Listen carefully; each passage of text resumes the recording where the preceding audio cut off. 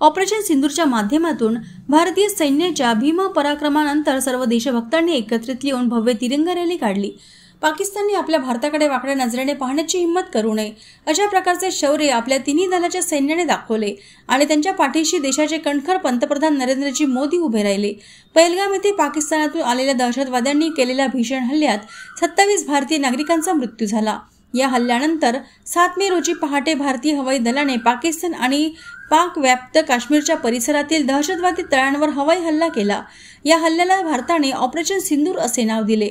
Operation सिंदूर बद्दल सर्व स्तरातून भारतीय सैन्य दलावर अभिनंदनाचा वर्षाव होत आहे। त्या भीम पराक्रमी भारतीय सैन्याचा धन्यवाद आभार व्यक्त करण्यास गडचांदूर शहरात भव्य तिरंगा रॅली काढण्यात आली।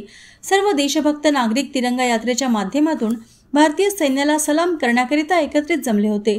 रॅली दरम्यान पाकिस्तान विरोधात जोरदार घोषणाबाजी करण्यात आली। पाकिस्तान मुर्दाबाद, वंदे मातरम, भारत माता की जय अशा गगनभेदी घोषणांनी परिसर अक्षरशः दणाणला होता। ठाणेदार शिवाजी कदम यांच्या नेतृत्वाखाली पोलीस बंदोबस्त चोख ठेवण्यात आला होता। या रॅलीत मोठ्या संख्येने नागरिक सहभागी झाले होते। यावेळी आमदार देवरावदादा भोंगळे यांनी लाईव्ह चंद्रपूरला दिलेली ही प्रतिक्रिया। काश्मीर येथील पहलगाम जेव्हा आमचे भारतीय पर्यटक त्या ठिकाणी होते, पाक पुरस्कृत आतंकवाद्यांनी आमच्या 27 भारतीय पर्यटकांना त्या ठिकाणी मारलं। खरं तर अनेक आमच्या भगिनींचं कुंकू उजाडलं गेलं।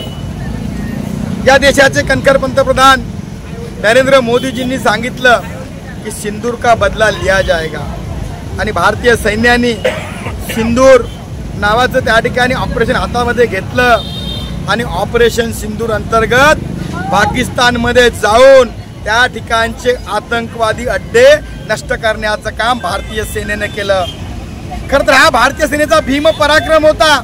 पाकिस्तानमध्ये घुसून त्या ठिकाणी पाकिस्तानमधले जे मोस्ट वॉन्टेड आतंकवादी होते त्या आतंकवाद्यांचा खात्मा करण्याचं काम हे भारतीय सैन्याने केलं।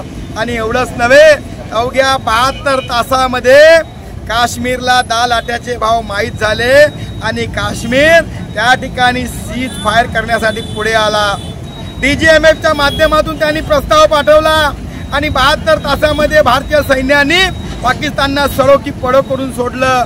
खरं तर हे युद्ध म्हणजे पाकिस्तानच्या भूमीवर झालं होतं आणि पाकिस्तानच्या भूमीमध्ये जाऊन जो भारतीय सैनिकांनी भीम पराक्रम केला त्या भारतीय सैन्याचं धन्यवाद आभार व्यक्त करण्याकरिता आज गडचांदूर शहरातील सर्व देशभक्त नागरिक आज तिरंगा यात्रेच्या माध्यमातून भारतीय सैन्याला सलाम करण्यासाठी आज आम्ही या ठिकाणी उतरलो आहोत। या गडचांदूर शहरातील सर्व त्या ठिकाणी देशभक्त नागरिक आज या ठिकाणी उपस्थित होऊन भारतीय सैन्याप्रती आभार व्यक्त करण्याकरिता देशाचे कणखर पंतप्रधान नरेंद्रजी मोदी यांच्याविषयी कृतज्ञता व्यक्त करण्याकरिता आज आम्ही तिरंगी यात्रा काढली आणि तिरंगा यात्रेमध्ये सहभागी झालो।